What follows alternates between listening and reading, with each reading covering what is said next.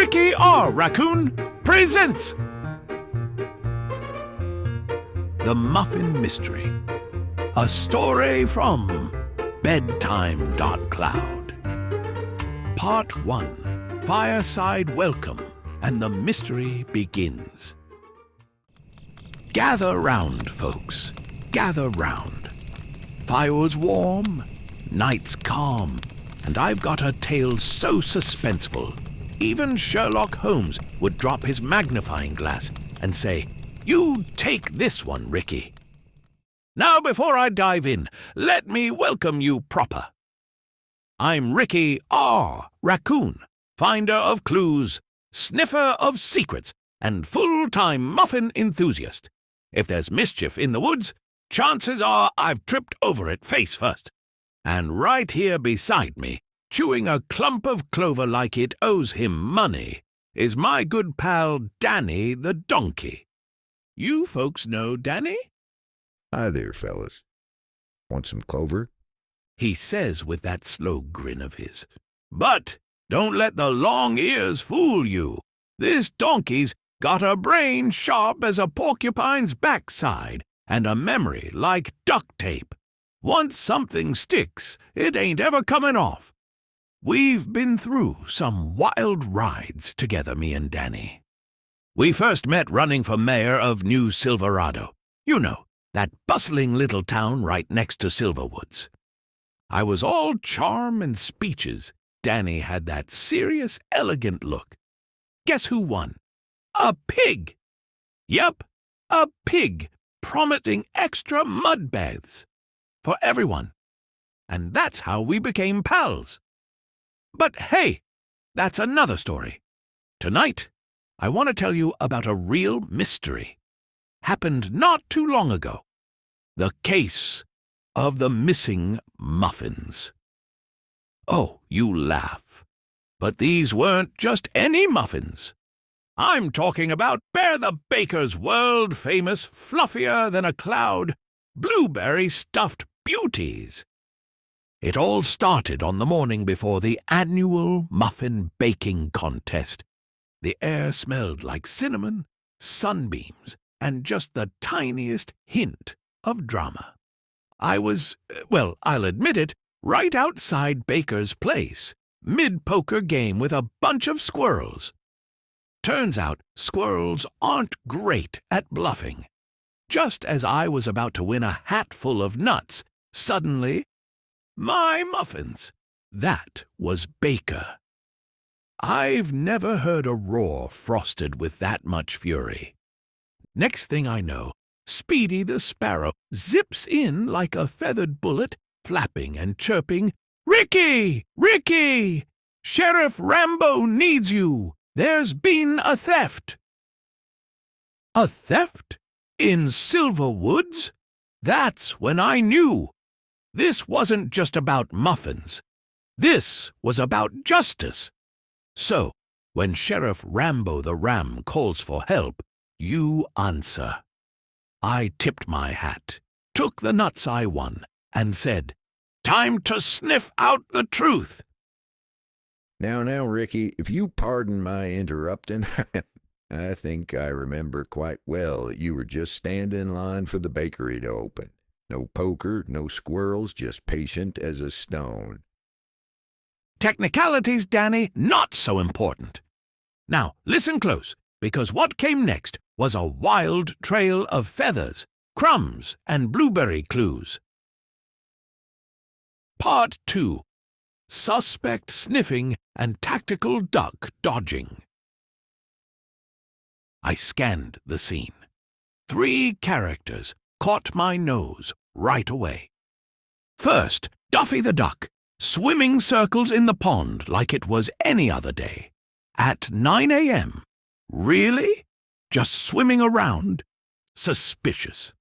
Then Oswald the Owl, wide awake, staring down from his tree. Owls are supposed to be asleep at that hour, unless he had something to hide. And finally Morris the Mole, popping out of the ground with a nose as blue as a blueberry smoothie. Coincidence? I think not. So I did what any brilliant detective would do. I started digging. Now, a case like this calls for some serious detective work. So I did what any top woodland investigator would do. I became a flying squirrel. I climbed up the tallest tree near the pond, wearing a gliding cape made from an old leaf bag and a tail fashioned from moss and twine. My goal?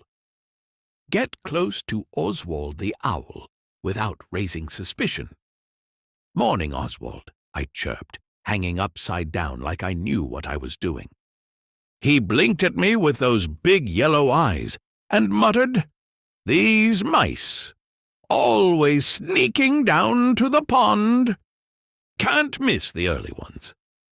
Turns out he wasn't up late for muffins. He was on the hunt for breakfast with feet, not frosting.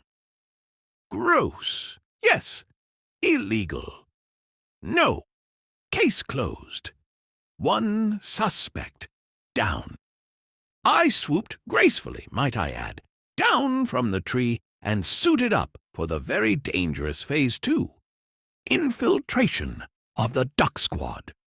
I tied lily pads to my feet, made a bark beak, and waddled into formation right beside Duffy the duck. "Morning, Dip?" I asked. "Gotta," Duffy said. "The early worms are the juiciest. Sun comes up, they vanish like snacks at a squirrel party." Solid alibi.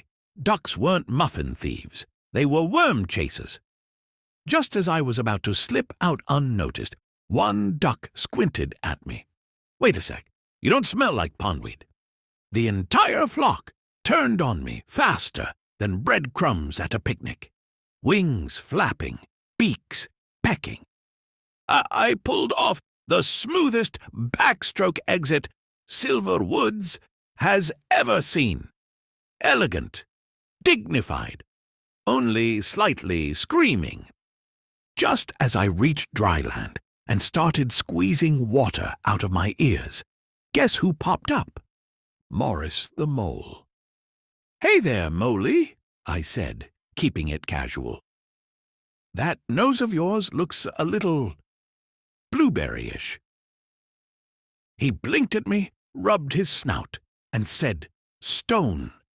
Hit one tunneling. Big one. Still dizzy. Mystery of the blue nose? Solved." Ricky, buddy, I have to ask, you sure that's how it happened? Oh, here we go. You did climb the tree, I'll give you that. In your old trench coat with pine cones jammed in the pockets like some kind of nut salesman. Yeah, Dany, exactly. A tactical camouflage. But then you leaned a little too far, trying to hear what Oswald was muttering, and snapped the branch, fell straight into an anthill like a furry meteor. Okay, that part might be true. Those ants were very motivated. So you leapt into the pond, flailing and yelping, and the ducks chased you off like a gang of grumpy lifeguards. I think one even hit you with a lily pad. Yeah, Dany, as I said, a dignified, elegant retreat. And Morris, he ran into you after you got out of the water and tried to dry out in the sun, laying down in the grass. To be precise, he run into your butt. Tunnel popped him out right under your tail. That's when he explained the nose. Details. But hey, whether by genius deduction or accidental butt collision, I was making progress. 3 suspects down. It's called elimination of incorrect solutions. Part 3, Muffin Trails. Now, friends, some animals have claws, some have speed. Me, I've got a nose for trouble. I picked up the faintest scent. Blueberries, sweet ones, and something else. Ants? Yes, a highway of ants passing by and heading away toward the bakery.